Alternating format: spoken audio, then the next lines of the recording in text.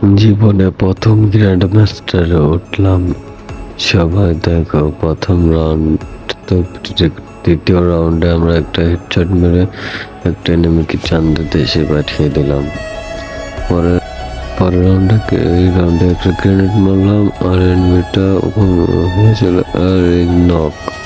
এখন আমরা তাকে ফিনিশতে দিলাম, একটু তাড়াতাড়ি ফিনিশে জল শেষ হয়েছে।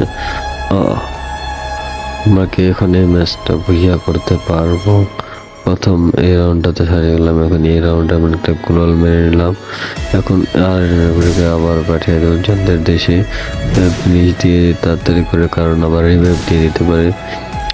এবার আমরা প্রায় একটুর জন্য বেঁচে গেছি।